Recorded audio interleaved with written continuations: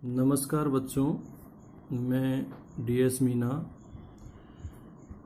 आज से सामाजिक विज्ञान के चैप्टर शुरू कर रहा हूँ।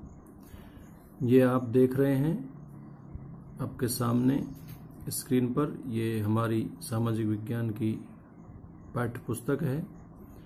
ये पाठ्य पुस्तक का जो शीर्षक है वो हमारे अतीत कक्षा 8 के लिए भाग 3 है और ये कक्षा 8 के लिए इतिहास की पाठ्य पुस्तक है। तो सबसे पहले हम लोग इतिहास की पाठ्य पुस्तक से चैप्टर 1 शुरू करने वाले हैं। ये अंदर आप इसका पेज देख रहे हैं। यहाँ भी कक्षा 8 के लिए इतिहास की पाठ्य पुस्तक लिखा हुआ है। जिन विद्यार्थियों ने अभी तक किताब नहीं खरीदी है वो ये किताब अच्छे से पहचान लें और किसी भी बुक सेलर के यहाँ ये किताब उपलब्ध होगी, इसको आप खरीद सकते हैं, क्योंकि कक्षा 8 के लिए एनसीईआरटी द्वारा यही पुस्तक हमारे लिए निर्धारित की गई है जिसको हमें पढ़ना है। यहाँ इस पेज पर विषय सूची दी गई है। इस विषय सूची में 6 अध्याय दिए हुए हैं। पहला कैसे, कब और कहाँ। दूसरा व्यापार से साम्राज्य तक कंपनी की सत्ता स्थापित होती है।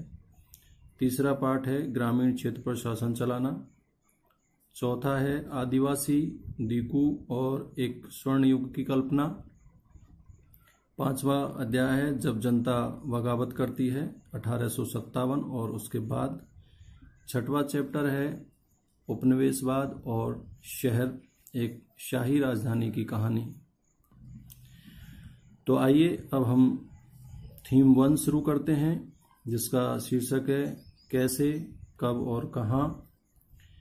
बच्चों, जब आप इस पाठ को शुरू करेंगे तो आपको बहुत सारे महत्वपूर्ण शब्द मिलेंगे।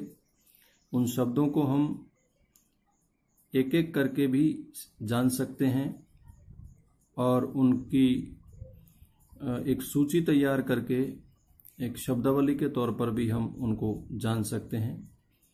आइए हम शुरू करते हैं। सबसे पहले जो इसकी जो हेडलाइन है वहाँ से हम शुरू कर रहे हैं।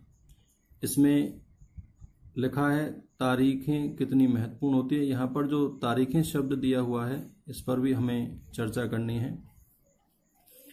अक्सर लोग कहते हैं कि इतिहास बहुत बोर करता है, इतिहास बहुत उबाऊ है, बस इसमें केवल तारीखें हैं, उनको रट लो और रटते चले जाओ। लेकिन क्या वास्तव में ऐसा मानना सही है?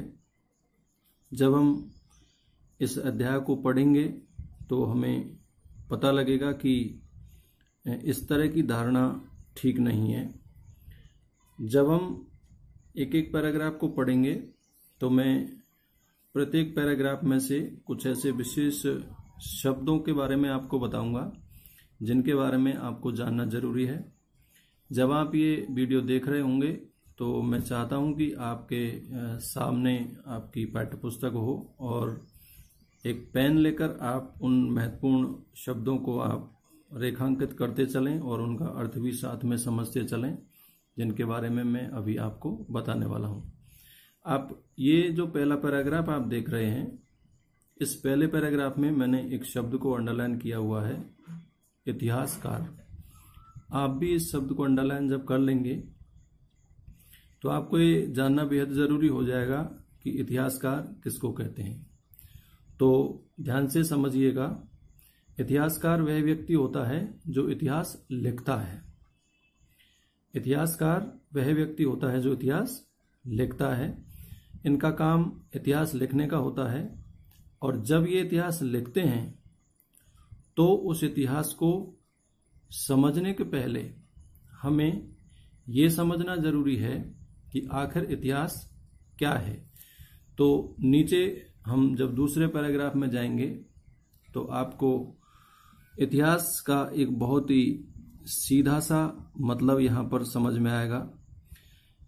इतिहास अलग अलग समय पर आने वाले बदलावों के बारे में होता है। यहाँ स्पष्ट लिखा है कि इतिहास अलग अलग समय पर जो परिवर्तन होते हैं वही इतिहास होता है। इसका संबंध इस बात से भी होता है कि अतीत में, यहाँ एक और शब्द आया है अतीत, प्राचीन या पुराना। अतीत में चीजें किस तरह की थी और उसमें क्या बदलाव आए हैं। तो आप ये जो पंक्तियां हैं इनको इतिहास शब्द के आगे जब लिख लेंगे, अपनी नोटबुक में नोट कर लेंगे, तो आपको बहुत सीधा सा ये समझ में आ जाएगा कि इतिहास किसे कहते हैं। तो ऊपर के पैराग्राफ में एक शब्द इतिहासकार यानी वह व्यक्ति जो इतिहास लिखता है, और नीचे के पैराग्राफ में हमने पढ़ा कि इतिहास अर्थात अलग अलग समय पर आने वाले बदलावों के बारे में जब जिक्र होता है तो उसे हम इतिहास कहते हैं। और इसका इस बात से भी सीधा संबंध है कि पहले चीजें किस तरह की थी और अब उनमें क्या परिवर्तन आए हैं।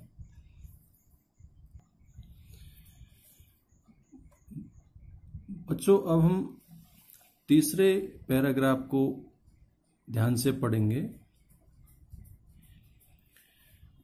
देखिए, हमारी जो रोज की जिंदगी है उसमें हम चीजों को बहुत स्वाभाविक रूप से समझते हैं और हम अक्सर कुछ ऐतिहासिक सवाल जहां हमारे मन में पैदा होने चाहिए वहां नहीं उठाते हैं।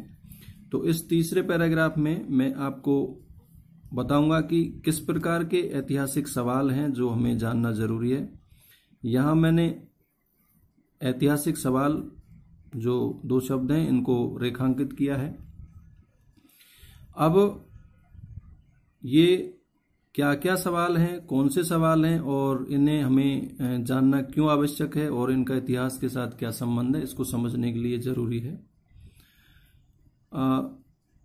अक्सर हम देखते हैं कि लोग चाय पीते हैं, कॉफी पीते हैं, तो हमारे मन में ये सवाल आना स्वाभाविक है कि चाय या कॉफी पीने का चलन कब से शुरू हुआ होगा। जब हम रेलगाड़ी से यात्रा करते हैं तो स्वाभाविक सी बात है कि हमारे मन में एक सवाल उठ सकता है कि रेलवे का निर्माण कब हुआ होगा। जब रेलगाड़ी नहीं थी तो लोग दूर दूर की यात्राएं कैसे करते होंगे। और जब हम सुबह अखबार पढ़ते हैं तो भी हमारे मन में एक सवाल आता है कि जब अखबार नहीं थे तो उस समय लोगों को चीज़ों की जानकारी कैसे मिलती थी। ये कुछ ऐतिहासिक सवाल हैं जो हमारे मन में आने चाहिए, लेकिन हम चीज़ों को स्वाभाविक मानकर चलते हैं और हमें ऐसा लगता है कि हम जो देख रहे हैं हमेशा से वो ऐसा ही रहा होगा। लेकिन कभी कभी हमारे सामने कुछ आश्चर्यजनक घटनाएं घट जाती हैं तो हम लोग उत्सुक होकर कुछ ऐसे सवाल पूछने लगते हैं जो वास्तव में ऐतिहासिक होते हैं। जैसे चाय कॉफी पीना कब से शुरू किया होगा, रेलवे का निर्माण कब हुआ, लोग पहले यात्रा किस तरह करते होंगे, या सूचनाओं का आदान प्रदान किस तरह होता होगा। बच्चों, यहाँ एक एक्टिविटी दी हुई है। ये एक्टिविटी हम बाद में करेंगे, लेकिन एक्टिविटी में एक शब्द आया है जो नया शब्द है, आपको इसके बारे में जानना जरूरी होगा।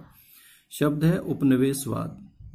अब ये उपनिवेशवाद क्या है ये मैं अगले प्रश्न में आपको बताने वाला हूं, लेकिन इस एक्टिविटी का संबंध यहाँ बगल में एक चित्र दिया है। आप ये चित्र देख पा रहे होंगे अपनी पाठ्यपुस्तक में। आप इस चित्र को जब गौर से देखेंगे तो आपको प्रारंभ में थोड़ा ये आश्चर्यचकित करने वाला लगेगा, लेकिन जैसे जैसे आप इस चित्र को गौर से देखेंगे और इस चित्र के नीचे जो लिखा है उसको जब हम पढ़ेंगे तो हमें आसानी से ये समझ में आ जाएगा कि आखिर में ये चित्र हमसे क्या कहना चाह रहा है। देखिए, इस चित्र को गौर से देखिए, मैं आपको समझाने का प्रयास करता हूं। चित्र में एक ब्राह्मण है जो ब्रिटानिया को अपने शास्त्र भेंट कर रहा है, किताबें, अपनी जो पवित्र पुस्तकें हैं वो भेंट कर रहा है। ये जो चित्र है ये जेम्स रेनेल नाम के एक व्यक्ति के द्वारा तैयार किया गया है और जेम्स रेनेल ने ही हिंदुस्तान का पहला नक्शा तैयार किया था और ये काम करने के लिए उसको रॉबर्ट क्लाइव ने कहा था। और ये जो तस्वीर है, इस तस्वीर में देखा गया है कि किस प्रकार से भारत के लोग अपनी इच्छा से, अपनी मर्जी से अपने जो प्राचीन ग्रंथ हैं वो ब्रिटिश सत्ता की प्रतीक ब्रिटानिया को सौंप रहे हैं, मानो वो ऐसा मान बैठे हों कि भारतीय संस्कृति की रक्षा के लिए उनसे आने का आग्रह कर रहे हैं।